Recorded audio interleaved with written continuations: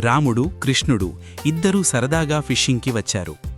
కృష్ణుడు నవ్వుతూ, రామా, నువ్వు పట్టే చేపలకి నిన్ను చూసి నవ్వొచ్చేమో అని ఆట పట్టిస్తాడు. రాముడు కూడా చిరునవ్వుతో ప్రత్యుత్తరమిస్తాడు.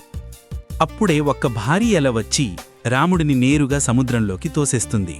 నీటి లోపల చీకటి, శబ్దం లేదు. రాముడు పైకి రావడానికి పోరాడుతుంటాడు. ఆ క్షణంలో కృష్ణుని గుండె ఒక్కసారిగా ఆగినట్టవుతుంది. ఎటువంటి సందేహం లేకుండా అతను సముద్రంలోకి దూకేస్తాడు. భయంకరమైన అలల మధ్య కృష్ణుడు రాముని చేతిని పట్టుకుని పైకి లాగుతాడు. ఇద్దరు చివరికి బోట్లోకి ఎక్కుతారు.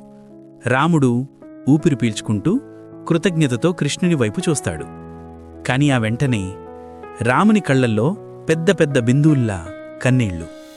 కృష్ణుడు ఆశ్చర్యపడి అడుగుతాడు, రామా, ఎందుకేడుస్తున్నావు? రాముడు కెమెరా వైపు చూసి చెప్తాడు, ఎందుకంటే మీరింకా సబ్స్క్రైబ్ చెయ్యలేదు.